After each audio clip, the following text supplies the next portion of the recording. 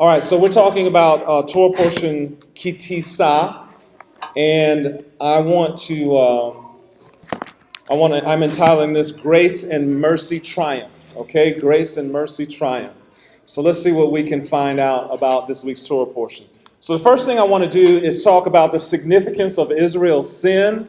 Let's look at the significance of their sin in Exodus chapter 33, verse 3. Scripture says, "Go up to the land flowing with milk and honey, for I will not go up in your midst." Now, this is after the incident with the golden calf.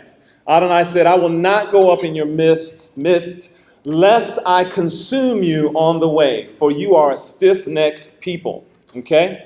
So, after Israel sinned with the golden calf, Adonai said, "I'm not even going to go up with you. Because if I'm going along with you, I may consume you even as you walk." Now, let's look at that in context. Let's look at it in context. Because we need to realize that just last week, we talked about how Adonai had given them commandments. In Parashat Terumah and Parashat Tetzaveh, Adonai gave them commandments to build a Mishkan. Why? So that he could dwell within their midst, right? We made a big deal about that. We talked about that, how Adonai, he wanted to dwell with his people.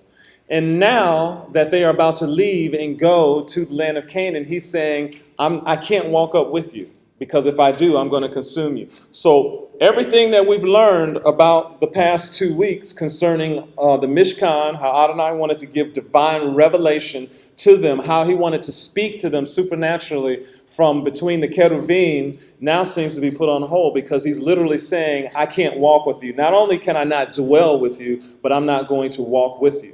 Okay? Now let's look at something else. Adonai, he talked to them, and it says, "So the children of Israel stripped themselves of their ornaments." Now this translation, New King James, it said by Mount Horeb. Other translations say from Mount Horeb. So let's talk about the significance of that. It's one thing for Adonai, for the scriptures to say, so the children of Israel stripped themselves of their ornaments, period, right? If it had just said they stripped them from their ornaments, period.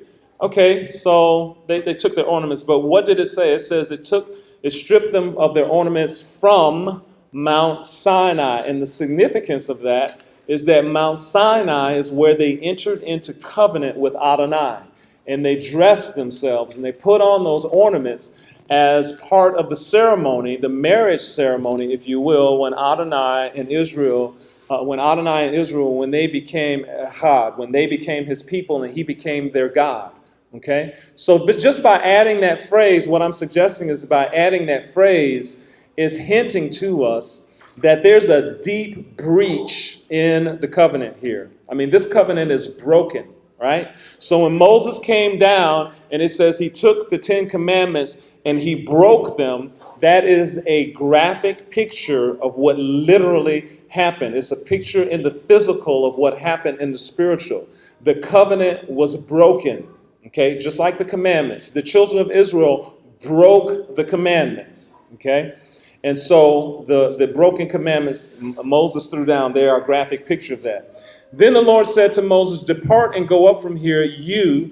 And listen to what Adonai says right here. He says, I want you to depart, I want you to go, and the people whom you have brought out of the land of Egypt. Right? So Adonai is saying, all right, I want you to depart, you and the people you brought out of Egypt. Right?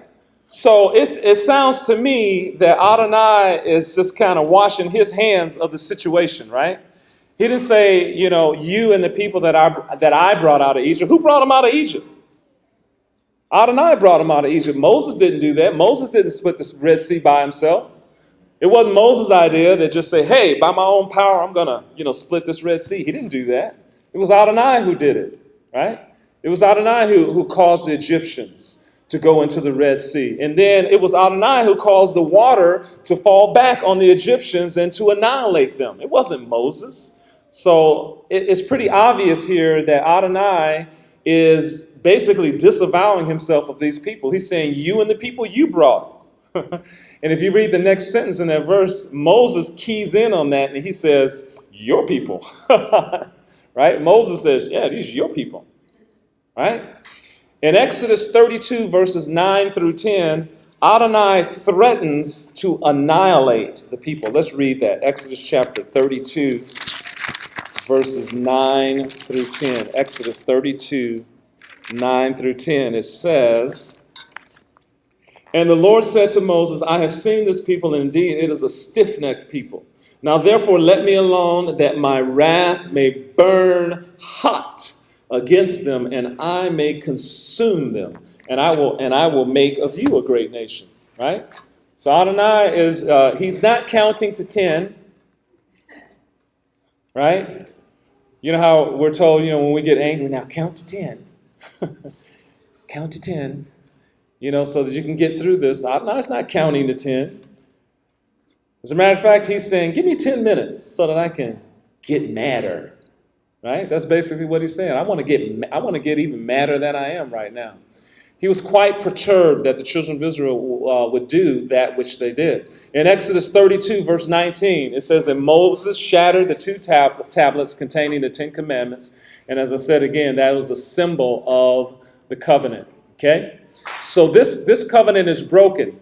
They're not his people. He's saying those are your people. All of the arrangements that he made with the tabernacle so that he can dwell among the children of Israel, he's saying, I'm not even walking with you as you go up to the land of Canaan because I might kill you. He's counting to 10, not so that he can overcome his anger, but so that his anger could become even more severe, right? And this covenant is broken, and we have the shattered commandments. So what I want to do at this point is I want to compare and contrast. And you know how I like to do this. I like to do this. Whenever you see two stories that are very, very similar, whenever you see two stories that are similar, you should take the opportunity to compare them and contrast them. Because in this comparing and contrasting, that's when you will see things that will really open the scriptures up for you and help you understand what's going on. So what we're going to do is we're not going to read Exodus chapter 24, but Exodus 24 is about the first covenant, right? It's about what happened at the giving of the Torah, okay? And that's in Exodus 24. It's the circumstances surrounding the giving of the Torah. And then if you also read Exodus chapter 32, verses 1 through 10, which is the incident of the golden calf, you will see some very, very interesting parallels, okay? So what we're doing is we're comparing when Adonai entered into covenant with the children of Israel versus when they got out of covenant relationship, the sin that broke the covenant relationship, okay? So one is the beginning, one is the end, and we're going to compare them. So when we do that, we're going to see some parallels. So even though the elders of Am Yisrael, the people of Israel, they saw the God of Israel who took them out of the land of Egypt in Exodus 24:10. Now they're looking upon a golden calf proclaiming that it took them out of Egypt. Okay? You see what's happened here. So at the giving of the Torah, when they entered into the covenant, it says that the elders, they literally saw the God of Israel, the God who had taken them out of the land of Egypt. And now in the incident of the golden calf, the people are looking at this calf and proclaiming to it that it took them out of the land of Egypt. Okay? In Exodus 24, 4 through 5, it talks about how Moses rose up early in the morning and that he built an altar and he offered olot in the plural, olaz in the Hebrew, in the plural, olot, or whole burnt offerings. So likewise, in Exodus chapter 32, it talks about the children of Israel rising up early. There's your connection right there. And that they built an altar, a second connection to Exodus 24, 4 through 5. And they offered whole burnt offerings, but it was to the calf, right? So in other words, now we have two instances now. So the first instance, the leaders of Israel, they saw Adonai, and they went and they saw him and understood that he was the one that took them out of Israel. But in the incident of the golden calf, they looked at the golden calf and said, you took us out of Egypt. And now we see this triple connection here, rising up early, building an altar, offering whole burnt offerings. In the first case, it was to Adonai. In the second case, it's to this golden calf. In Exodus chapter 24, verses 9 through 11, Moses and the children of and the elders, they eat and drink before Adonai, right? They eat and drink before Adonai. So likewise, in Exodus chapter 32, verse 6, it says that Am Yisrael rose up to eat and drink, okay?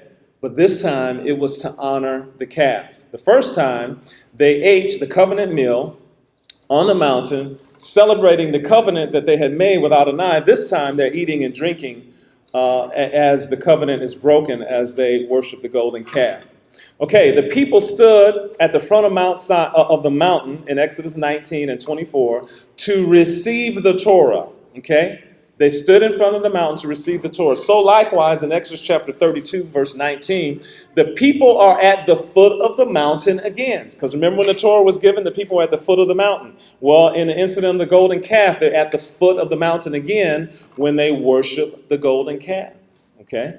So you see, there are all sorts of parallels between when the Torah was first given and when they broke the Torah at the incident of the golden calf. We know that Am Yisrael, that they wore jewelry and ornaments at the giving of the Torah. Okay, when the Torah was given, they wore these ornaments and jewelry that they had gotten from the Egyptians. So likewise, in Exodus chapter 32, verse 3, they used those ornaments to fashion the golden calf. Okay, so at the giving of the Torah, they wore their ornaments to celebrate coming into covenant relationship with Adonai. But then at the incident of the golden calf, the ornaments that they had used as a symbol of the joy of entering into the covenant with Adonai, those same ornaments are used to actually fashion the golden calf. Okay? And just as Am Yisrael had taken up a collection of gold, silver, etc. for the building of the Mishkan in Exodus 25, 1 through 7, so likewise did they take up a collection to build the golden calf. Okay? So everything that they did, you know what, when you compare and contrast all of these with the making of the covenant, it's like an anti-covenant. I mean, that's how clear this picture is. That in Exodus 24, Exodus 19, they made a covenant. They entered into a covenant. And here in the incident of the golden calf, they're going through all of the same symbolism that they had making the covenant, but they are breaking the covenant. It's like an anti-covenant. Okay? It's the exact opposite. Okay? Now, I'm going to read a couple of things to you. A couple of scriptures, because I want to read to you Exodus chapter 20, verse 19. Okay, so we see they've made an anti-covenant here. They've annulled the covenant. The covenant is broken. So, in order to see the beauty of what happens when Adonai forgives them, let's take a look back at some of the events that happened. So let's read Exodus chapter 20, verse 19. It says, "Then they said to Moses, 'You speak with us, and we will hear, but let not God speak to us, lest we die.'" Okay, so at the giving of the Torah, this was, remember Adonai's voice came, and remember there was thunder and lightning, and remember smoke was all around Mount Sinai, and the people were scared to death. As a matter of fact, the parallel passage to this one right here in Deuteronomy, it talks about how the people, they saw this fire, and they said, we're going to die, okay? So why do the people think they're going to die? They think they're going to die because Adonai descended upon Mount Sinai and all of the awesome glory of his holiness. And they literally thought they were going to die. Now, that's kind of hard for us to imagine.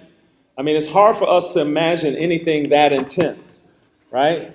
That a voice coming from the heavens. Can you guys imagine being outside and just this voice from the heavens is shaking the earth, and we're out there, and it's literally shaking the earth, okay? We just can't imagine that. But the people thought that they were going to die, right? Now remember, this is their marriage ceremony, right? When they entered into covenant with the God of Israel. And he's not exactly portraying a touchy-feely side when he entered into the covenant at Mount Sinai, right? Can you imagine that? Can you imagine? When Tina and I, when we got married at our wedding, if I was,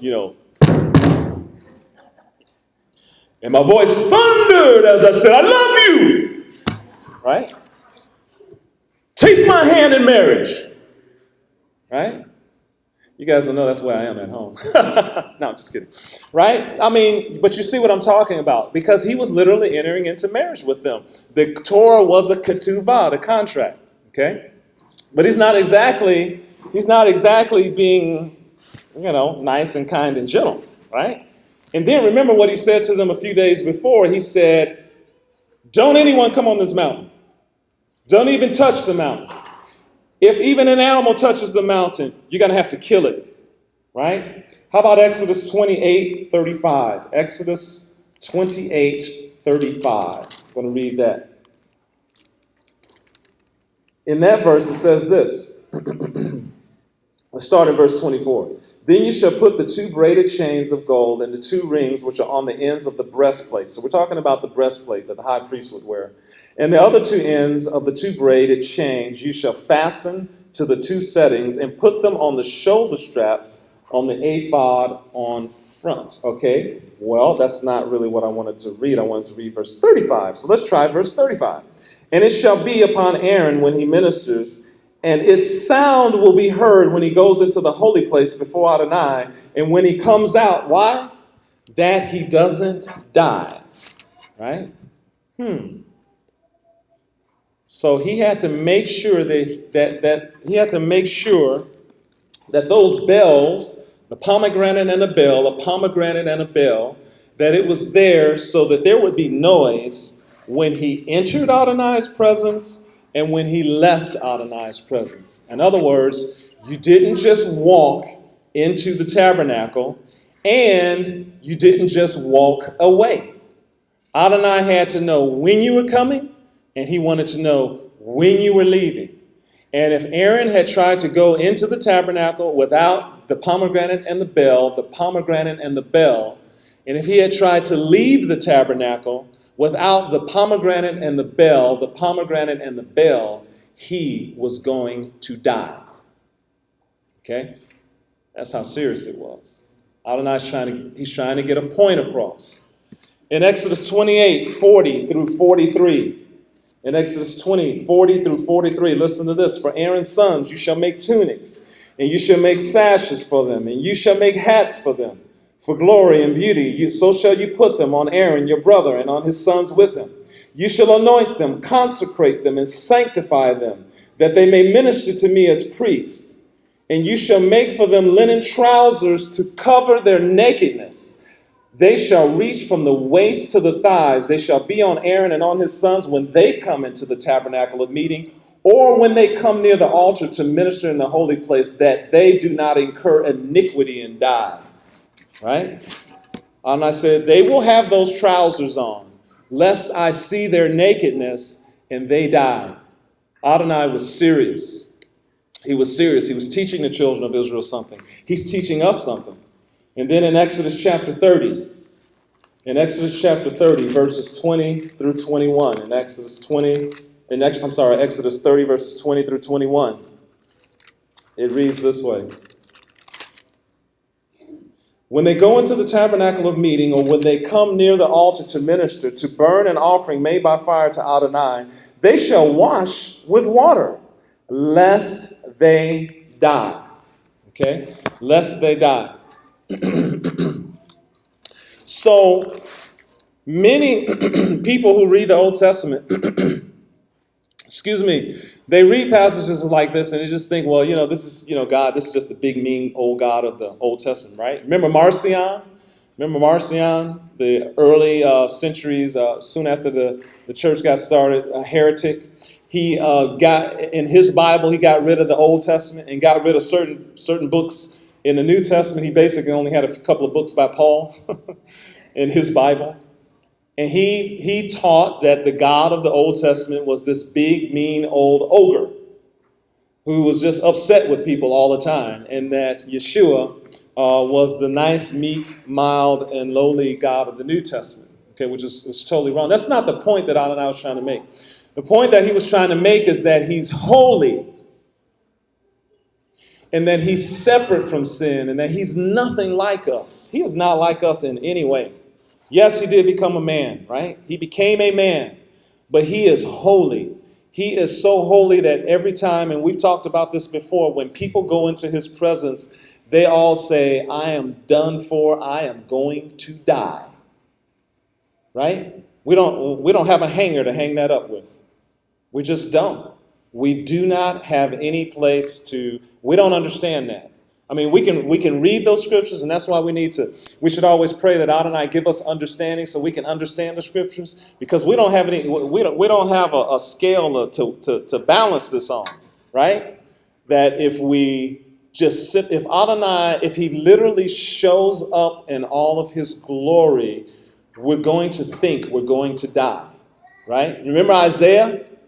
In the year that King Uzziah died, I saw the Lord, right? He was high and lifted up, and his train filled the temple. Hallelujah, right?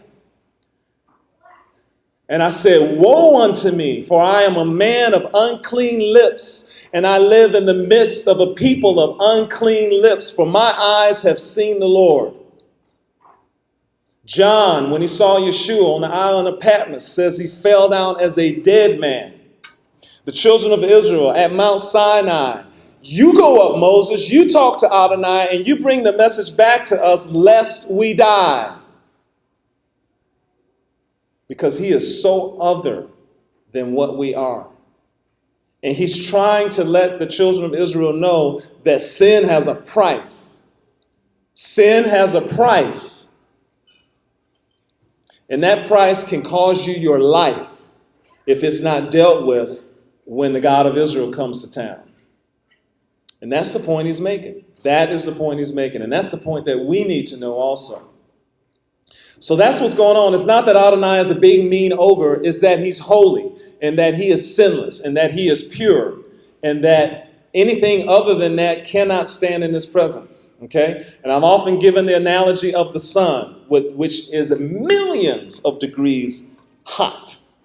Right? That sun is just hot. Sun's not mean, it's hot. Right? Now you start approaching that sun. You start walking towards the sun. You're not going to get too far before you're going to feel the heat. You will feel the heat. It's not that the sun's mad with you, it's just the sun's nature, right? Adonai is his nature. He's holy, and his holiness is that intense.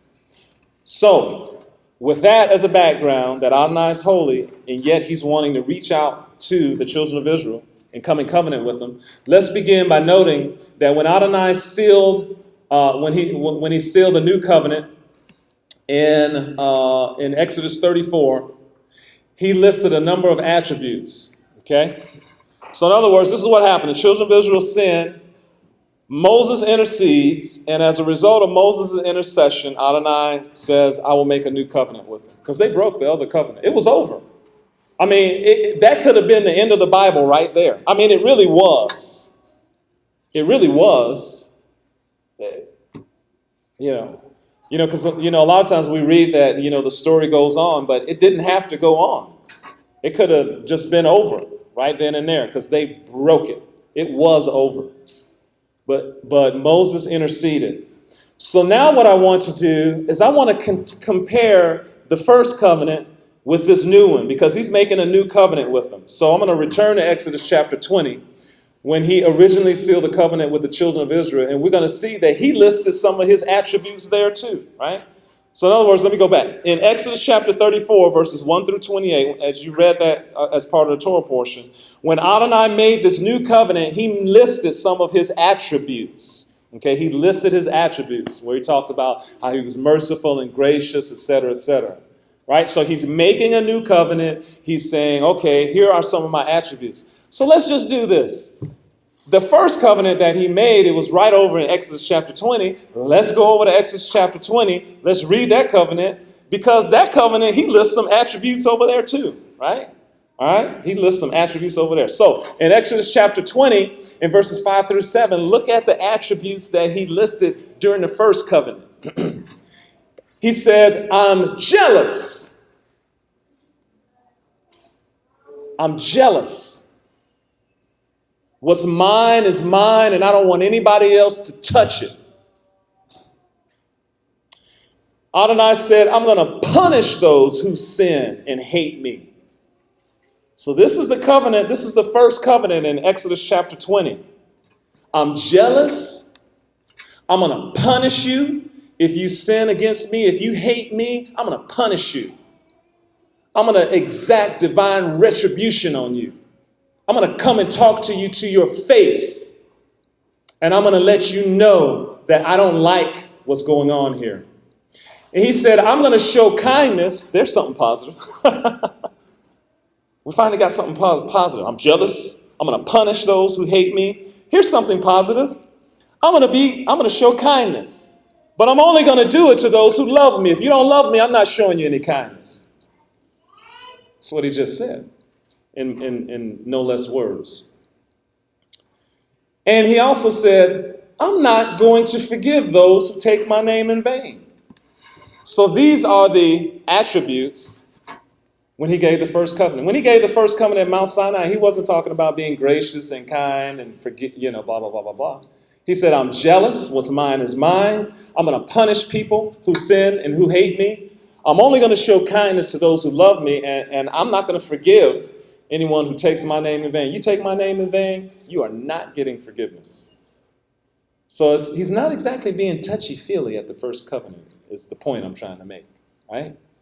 And that mountain was ablaze, and there was a trumpet sound that was loud and piercing, and the people trembled, and the mountain shook, and there was lightning, and there was thunder, and there was a voice of God that thundered through the heavens, and the people shook in their feet.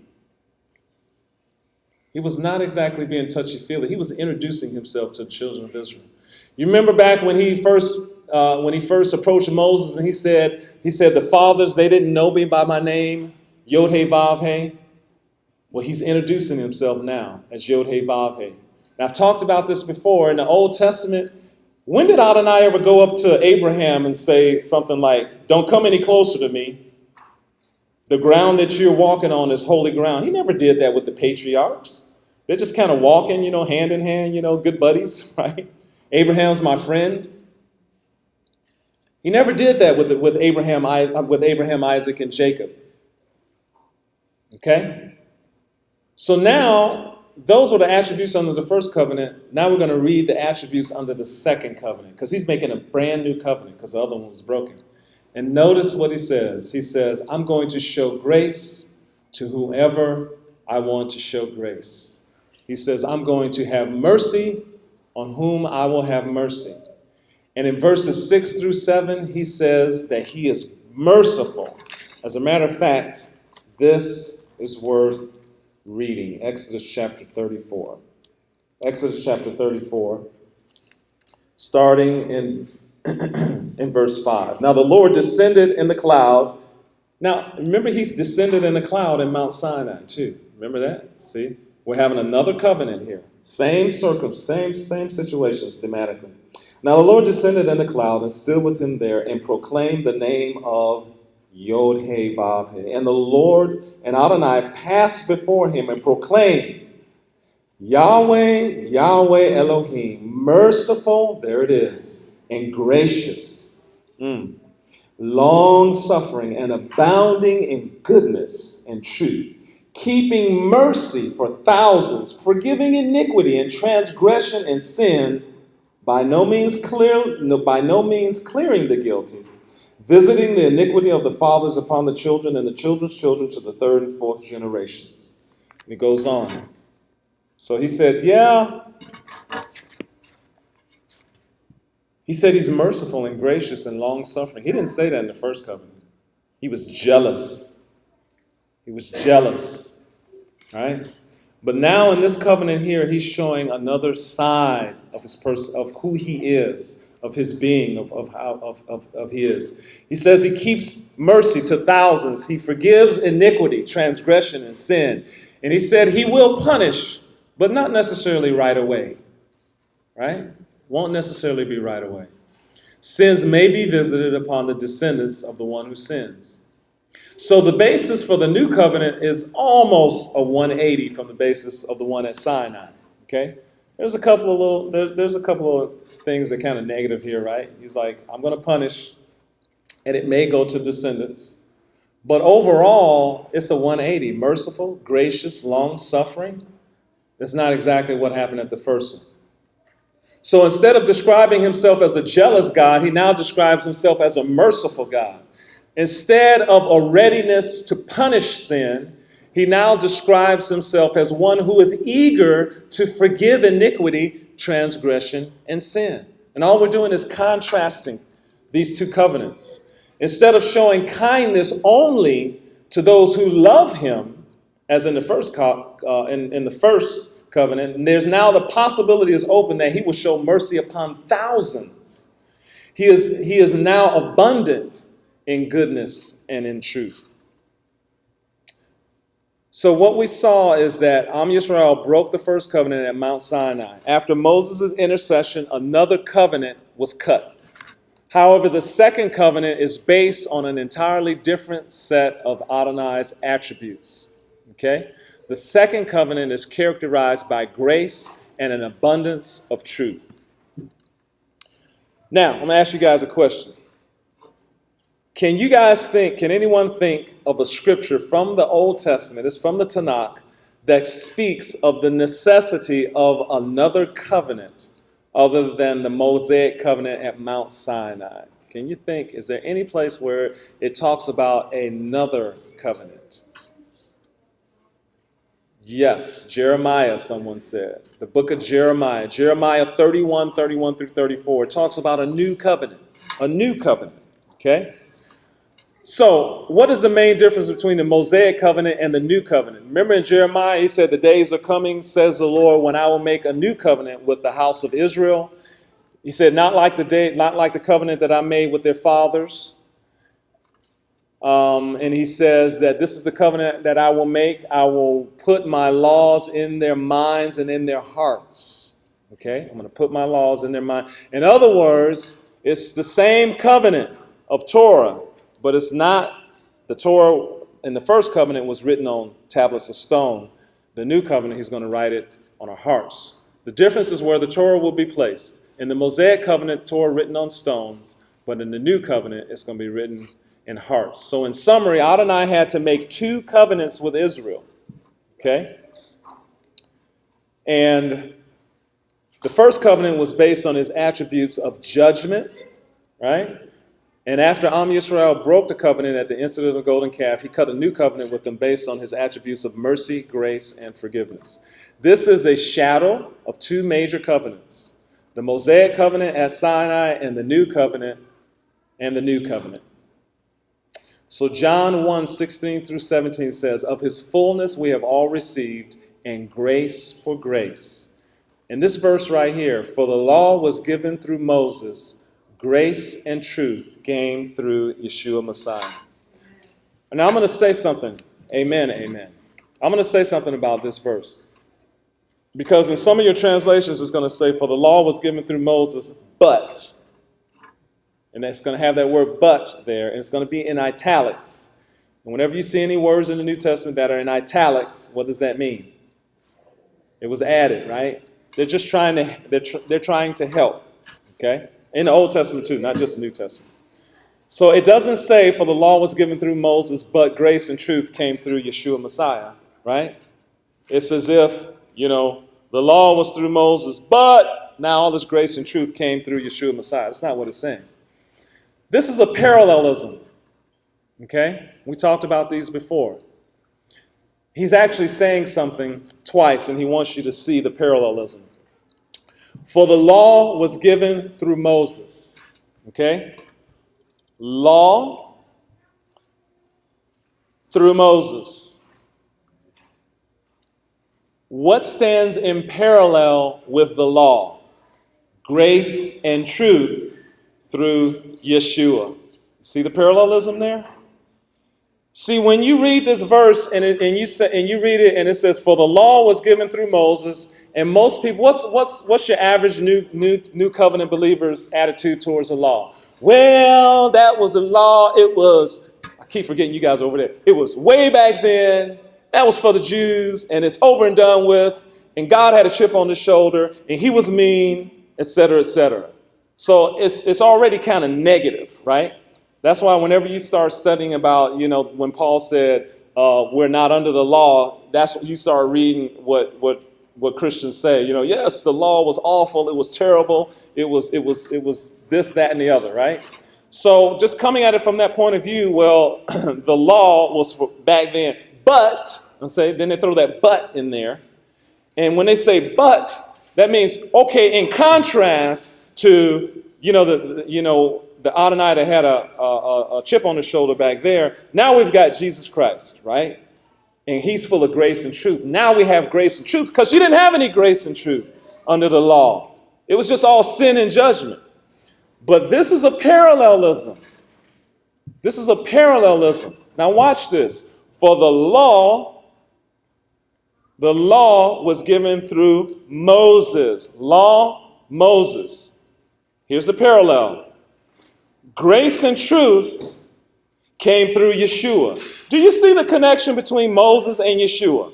Right? We see the connection between Moses. Moses is just a picture of Yeshua. He is a prophetic shadow of Yeshua. That's the clear connection. The law came through Moses, grace and truth through Yeshua Messiah. Law, grace and truth. Moses, Yeshua. It's very clear.